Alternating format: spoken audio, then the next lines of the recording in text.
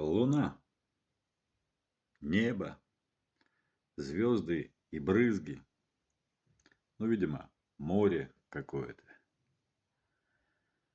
И волна идет на берег. Прибой. Ну, что сказать. Данная картинка навеяна крещением Господним. Сегодня у нас 18 января, крещенский сочельник. Я ходил, окунался в прорубь. Ну и регулярно это делаю. Но ощущения, в общем, каждый раз непередаваемые. То есть холодно, немножко страшно, но в то же время потом очень хорошо и благостно. Вода– жизнь на земле, но в то же время и стихия. И общаться с ней нужно как минимум уважительно.